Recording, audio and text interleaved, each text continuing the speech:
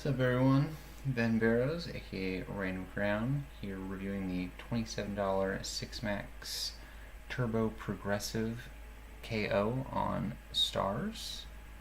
We start things off with 10 Jack under the gun. We decide to open, even though it's a little loose. We are just playing aggro style early in these Six Max tournaments and trying to cultivate an aggro image, so we will have a higher chance of being paid off in future hands. And we get an ace high board, which we completely miss, so we easily check fold. We have queen 6 suited in the small blind. We complete, try and see a cheap flop, button more than 3 X's, and we call, figuring they'll be ISOing light enough, and we're rather deep, so we can see a flop with a suited queen and reevaluate, and we completely miss, and checks through. We get an ace on the turn, and we easily check fold.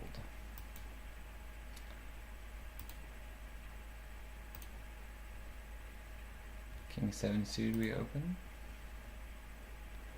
Again, we'll be opening a wide array of hands in this Six Max tournament. Just the nature of this style of poker, Six Max, you gotta be a lot more aggro because you're not gonna have a hand as much, so you have to widen your value range and just deal more in general. And now we have King 10 on a King 10-9 board. We raise him to the gun, get flatted by the button. We bet about 2/3 pot, the button min raises, and we decide that they could easily be min raising a worse 2 pair for value, King 9 or 10-9, or they could have King Queen or King Jack and be overvaluing their hand and may just stack off to a shippy dip, so we just get it all in there rather than just 3-betting and giving them a chance to call with a drawing hand, because there's a lot of bad turns, so we just want to get it in. Thankfully they were just vastly overvaluing top pair 6 kicker, and we shippy dip an early double.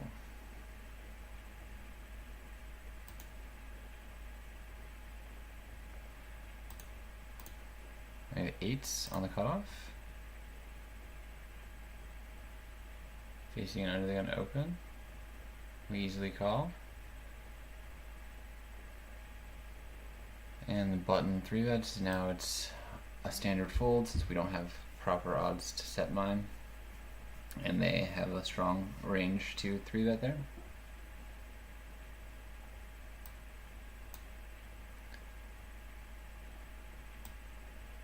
Ace 9 under the gun +1.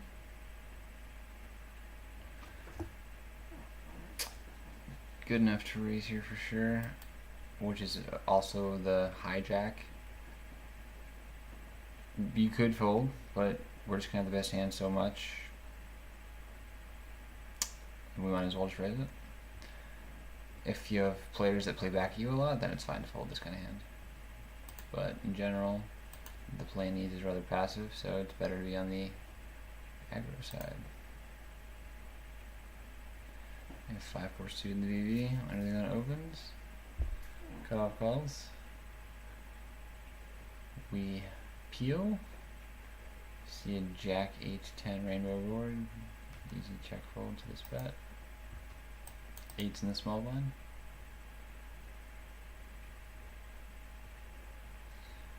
Facing raise from the cutoff, call from the button, we easily call as well.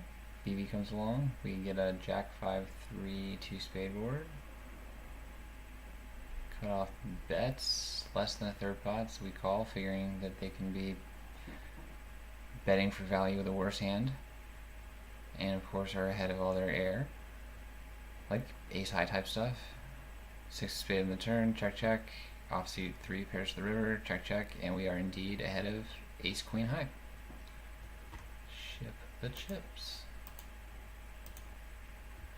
We have 10 Jack suited under the gun, easy open, button flats, We flop flush and check to induce. They bet. We call.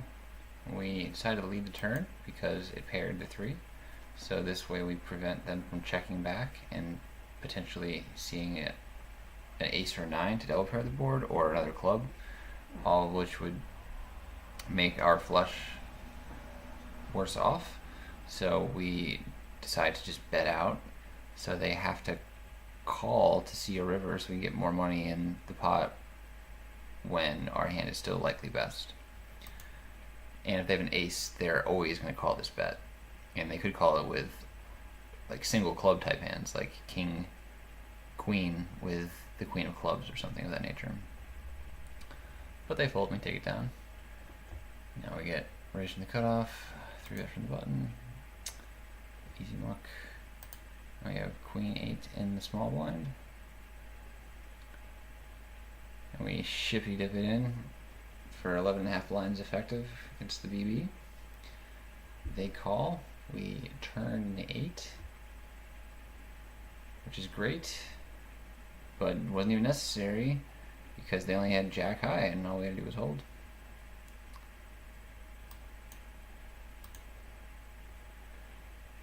Yeah, people are calling a lot lighter these days since they know that blind versus blind specifically, because they know that the small blind's going to be shifty dipping in with a pretty wide range, so they should adjust accordingly. So like suited jacks, go up in value there. I remember I actually shoved in this same tournament a while back, like blind versus blind, I had 6-7 off, and I ship it in, and the BB snaps me off with jack 7 suited, I believe. It was definitely jack 7. Offsuit seems like a bit too loose, but yeah, jack 7 suited. Yeah, it was totally jack 7 suited. And they're ahead of my 6-7, so it's definitely right to be calling, that loosely. When you can put in worse hands in their range that they're shoving with, might as well, You got equity regardless, decent, equity flipping against their range, but like if you're ahead ever, it's definitely worth calling off. And here we have an interesting spot. We ended up 3-betting this 9-7 suited on the button against this cutoff open, and we figure they're going to be opening wide enough, and we just want to start putting pressure on the table to build our active image, so that way when we actually 3-bet with a real hand, we'll be more likely to get action. And it's a good spot to be light because the BB has 9 blinds, and we don't mind getting it in against that short of a stack because there's a bounty on the line, and 9-7 suited has great equity all in against a lot of hands they'll be going with. So it looks kind of strong as well because we are committed against that stack, so we have to have something in the cutoff's eyes, so they'll fold a bit more often because of that. Or if they call, they'll still acknowledge that we have stronger hands in our range. Like we have the range advantage regardless because we're 3-betting, and if they flat, that means they probably don't have the top hands, like queens or jacks or ace king are certainly all 4-betting. Aces and kings probably 4-bet. So once we see a flop after they call, like we definitely have an edge because we have position, but also because we have all the overpairs in our range and they have only a few. And we get a queen 3-3 2-diamond board and just bet less than a third pot, try to make it look really strong, like we want action, and they fold. This allows us to barrel the turn and river easier too. We can just bet small on the flop, bet small on the turn, just jam huge on the river and rep and overpair.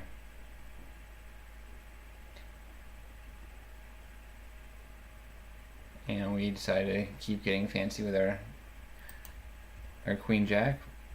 Under the gun opens and we 3-bet again. Yeah, just trying to actively cultivate this aggro image. Get a 9-6-4 rainbow board. Cutoff just bets pot. Under the gun ships it for about 2x more. We easily get out of the way.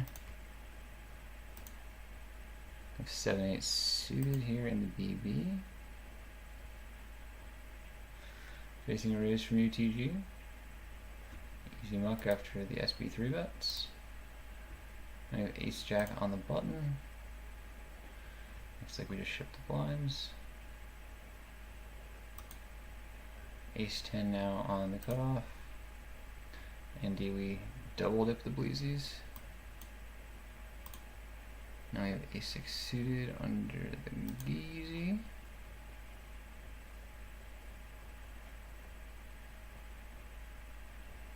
Bootin' flats, as does the big bleezy. We get a 10-4-9 rainbow board. We take it down with a CBeezy.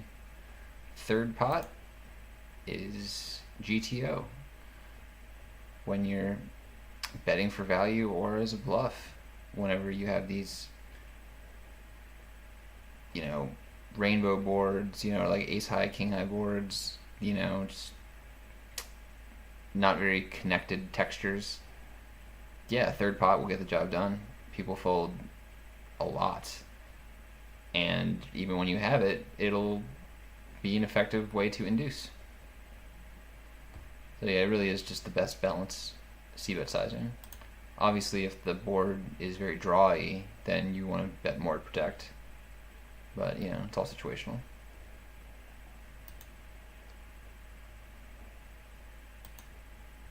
Ace king on the button.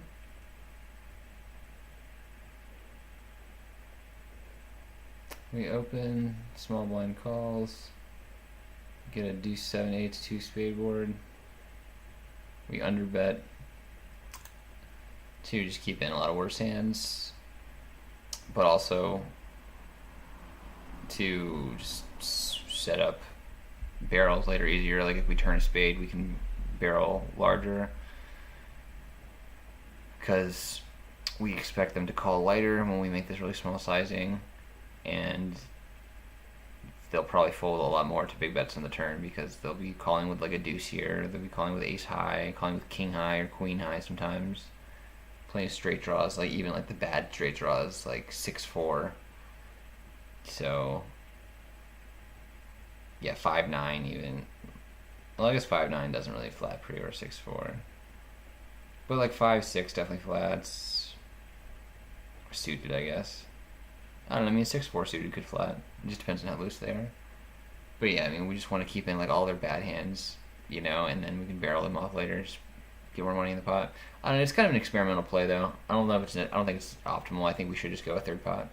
But we were just trying to see how far we could go, like with our small sizing.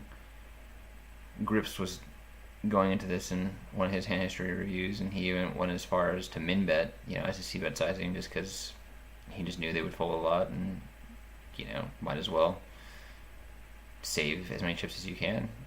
And sometimes, min bet is just the most effective option. So that's kind of what we were going for. And we still got to bet to protect our equity. If they have like queen 6, they have like 5-10. Again, like they wouldn't really flat pre with 5-10 and queen 6, I guess. Maybe like queen 9 suited. Or like, some like king jack, definitely want to bet to protect, our equity. We don't want to just check and let them see like a free turn. They can just like, pair up, be ahead of our ace high. King 9 standard raise on the cutoff. King 4 suited in the BB.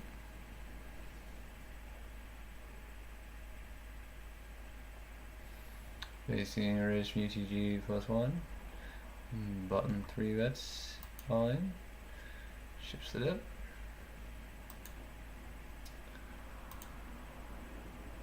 Nine jack on the cutoff.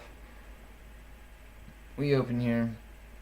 It's not a standard play, but it's fine if the players let the act on playback often enough. And we get a 7-6-6 rainbow board. Usually really good one to c-bet, but we decided to delay c-bet this time because of the BB stack. They could have easily defended with a 6 or a 7. Plus many straight draws, 5-4, 8-9, 8-10, and like 5-8. Like, yeah, they could easily be check raising with like a number of hands. So we decided to check back to realize some equity for free, and we could easily just take it down and delay C bet an ace or king turn.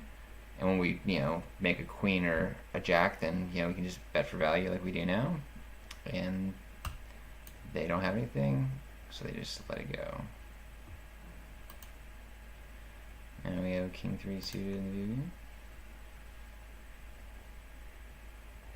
Facing raise TG, cut off through that, easy muck.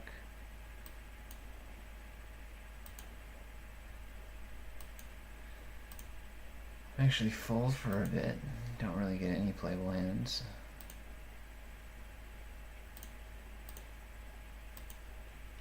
And I get the ace queen in the BB. Facing ridge from other +1. Small line call, we just ship it in. Looks like under gun +1 is more of a fun player, so they could easily be raise folding on a 12 BB stack and potentially even getting it in with worse than ace queen. And the small blind just flats on a 10 BB stack. So again, ace queen is a fine holding to have all in against these stack sizes, especially considering they could easily call it off the worst, like ace jack, ace 10, king queen, maybe even worse than that. Plus the fact that they're both probably weak enough that they're not always going to stack off, so we'll just win what's in the pot enough the time, and it makes it worthwhile for us to ship it in. We do so, and ship the dip.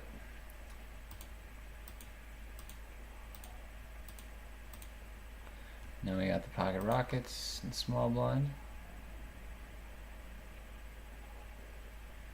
Button open limps, we do something weird and just min raise, and the button calls.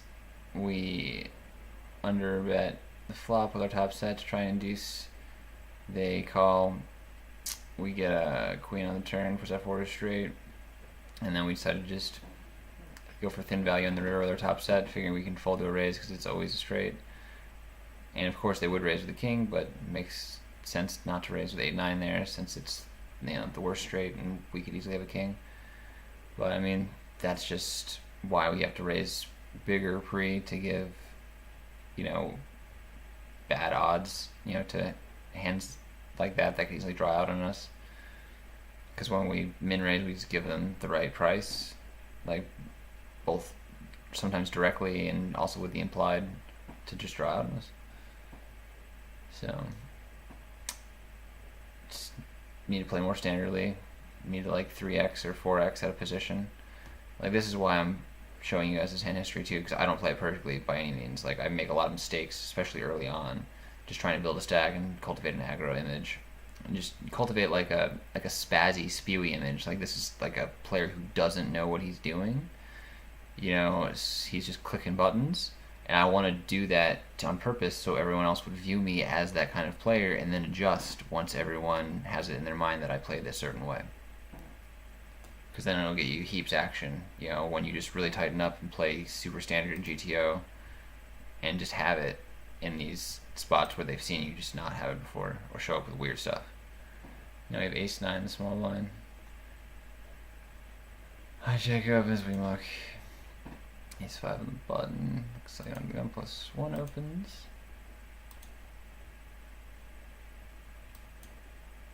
Got king-5 here and BB. Facing at 3x, easy mark. Now we got the kings. And we open under the gun. Small line ships it in. We easily call. With the second hand, no limit Texas Hold'em.